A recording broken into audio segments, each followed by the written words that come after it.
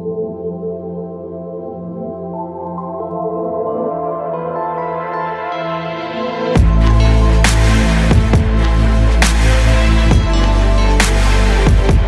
up, guys? It's Geo back for week 2 of our Push 1500 series in the UU tier. Last week we were able to get our ranking up to 1,137, going 7-3. Hopefully this week we can do a little bit better. We're going to be using an Ampharos Suicune team this week.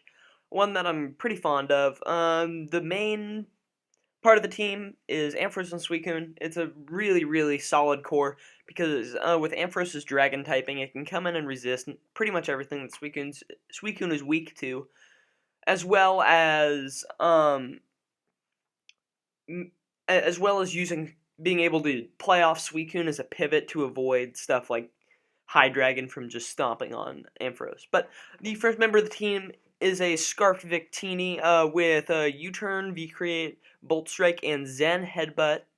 And then we have Mega Ampharos, one of the stars of the show, with Volt Switch, Dragon Pulse, Hidden Power Fire, and Thunderbolt. Standard Special Sweeper set. And then we have Suicune, Standard Crocune. And then we have Fortress. It's a physically defensive support fortress with Spikes, Stealth Rocks, Volt Switch, and Rapid Spin. Then we have our especially defensive Cleric, which is Florges with Wish, Aromatherapy, Protect, and Moonblast. Then we have Expert Belt Flygon because I like to bluff Scarf with Earthquake, Dragon Claw, U-Turn, and Stone Edge. So let's hop straight into the battles. Alrighty, first team looks interesting, to say the least. Has the Scavalier, which is very powerful. We have Sigalith, who is dangerous but can be dealt with. My bad. And then we have probably Guts Facade Raticate. We have Bulk Up Poliwrath. We have Specs Trick, Rotom Heat, and then we have Special Shaman. But I'm going to lead with Victini, just because Victini can U-turn out on whatever he wants to bring in. However, if this thing is in, I'm just going to lock myself into V-Create, because it's going to force him... Actually, no, yeah, it was the right move to go for the V-Create, because that is going to knock out his Raticate. I guess he was predicting me to U-turn on turn 1 and hope he can live.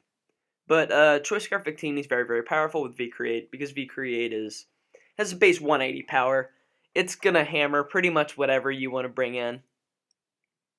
So, that's good and whatnot. Now, while we're waiting for this guy to make... Okay, here comes his Poliwrath. That's a good play on his part. I'm just going to go out into my Florges, or not my Florges, my Fortress, because I know my Fortress... I'm going to blend those two all week. Because I know my Fortress can take pretty much any physical hit that this thing wants to throw at me, and I'm also going to be able to get up my rocks, which is going to hurt the Rotom Heat on the switch in, because I think that's what he's going to bring in. But he decides to Circle Throw and brings this thing out. This thing probably has Water Absorb, so I can't do very much to it. So I'm just going to switch back out into Fortress, hoping he's not going to Circle Throw again, hoping he starts to bulk up. But no, he Circle Throws again. Here comes my Ampharos. This is great for me now because I can sit here and go for the Thunderbolt and force him out. Because I don't think he's going to want to stay in on Mega Ampharos, but he does have Earthquake, so he ends up staying in. And oh, I get the lucky para on the Earthquake, which is going to let me take him out with another Thunderbolt. So that's cool. And he's mad that I was able to pair him. I can respect that. I'd be mad as well.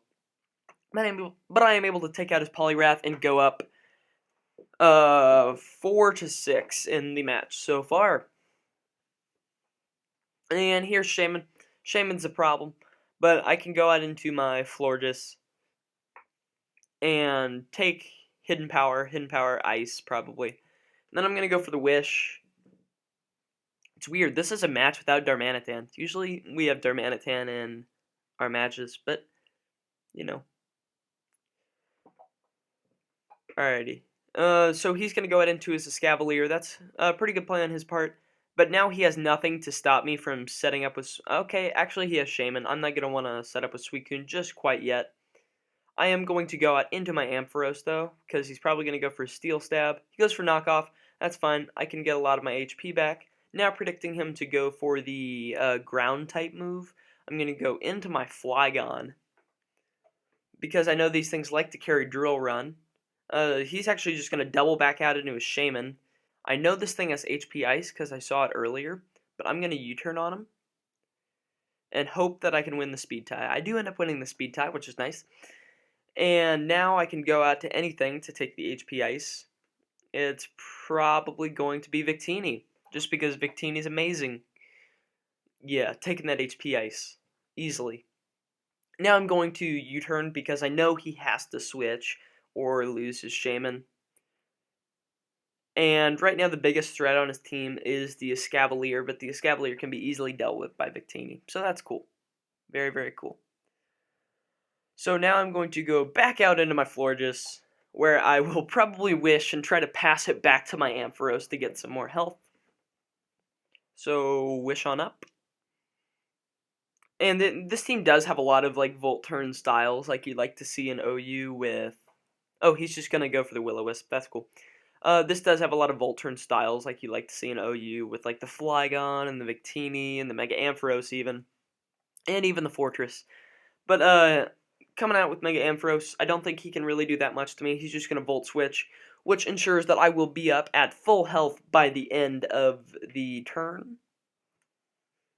And the way he behaved last time with his Escavalier with knockoff leads me to believe that he's banded, but I'm not sure yet. I'm actually just going to go for the Dragon Pulse here, risking the Earth Power. Oh, he's just got Hidden Power, I forgot. But that's fine, I'm going to eat that up. And I'm going to go for the HP Fire to see if it does any more damage. Oh, there's the Earth Power. Why didn't you go for that earlier? Oh, he's barely going to hang on. And he's not Leftovers, or he's not Life Orb either, which kind of stinks. So predicting him to go for the HP, or the Earth Power again, I'm going to go out into my Flygon, which is kind of a risky move, because if he goes for the HP Ice, then I'm in trouble. But he doesn't, and I'm okay. So I'm just going to go for the U-turn, hoping that he's like Bulky Shaman. And it looks like he is Bulky Shaman, or I just won 2 speed ties in a row. But I'm able to take that thing out. And now I'm going to go out into my Fortress, which baits him out into his Rotom Heat. Because his Rotom Heat is the only thing that's really going to do any work to my Fortress. And I'm okay with that. Because, yeah, here comes Rotom Heat. I'm considering just letting him take out my Rotom Heat, or take out my Fortress. But I know very well that I have Florges just chilling here, so I'm going to go into that. He's going to go for the Overheat. He misses the Overheat, which is kind of unfortunate. But it's probably going to help him in the long run, because I can just wish off any damage anyway, and he wouldn't be able to do anything with the ensuing Volt Switch. So I'm fairly certain right here he's going to Volt Switch out into his Escavalier, just because Escavalier has a great matchup with Stab Ironhead. But, yeah, here's his Escavalier. So what I am going to do is I'm going to Wish Pass out into my Mega Ampharos, because I don't think he has... Oh, he has Drill Run. That was a nice move on his part. He predicted me to go back out into my Mega Ampharos. So, I have to credit him. That's a great play on his part. But at this point, I think I can just come in with Suicune, start setting up in this dude's face, and take the game. So let me start Calm Minding. Because he can knock off my item, and that's going to be the best attack he can probably do to me. I don't think it's going to do too much, however, because I am max defense, max HP Suicune. And after a couple Calm Minds, I'll be able to just blow through his entire team. So he is going to bring out a Sigilyph, probably trying to match me in the game of Calm Minds, but this isn't going to work in his favor, because I'm already 1 ahead of him. So I'm going to get to +6/+6 before he is. And he is a Cosmic Power variant, so that's good with me. So I'm just going to continue to set up Calm Minds in this dude's face, because if I am able to break through this Sigilyph, which I'm fairly certain I can, then I can just clean up the rest of the game with Suicune. Oh boy, I do not like Sigilyph whatsoever. Sigilyph is very, very hard to deal with, because it just continues to come in and set up Cosmic Powers. I know in NU it's often used as like a Life Orb attacker, kind of like Magic Guard Alakazam. And I think that's really, really cool. Because it's kind of using Siglif in a different way than you usually see it, which is just like the annoying stall set right here. He's going to go for the stored power, which is going to do absolutely nothing, and he misplayed right here, because now he's going to give me 2 hits while I'm at +6 before he can do anything to me. And I'm fairly certain I'm going to be able to at least 3-hit KO him from here. He's going to Cosmic Power again.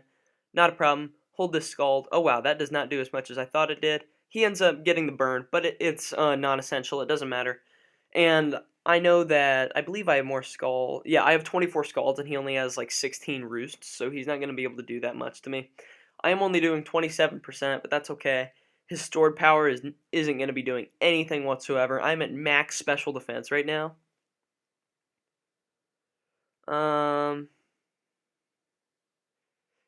Yeah, he's only doing 18% with that, and I'm doing about 25 to 27 based on damage variation. Right here, I'm just going to continue going for Scald, because I'm fairly certain that I'm going to be able to beat his Siglif and take out the rest of his team with Suicune.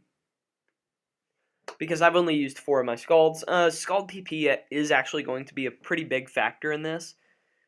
Whoa, he gets the crit. That's going to be this game. That's going to be this game. Gosh dang it. That's really frustrating. That's bad. That really stinks.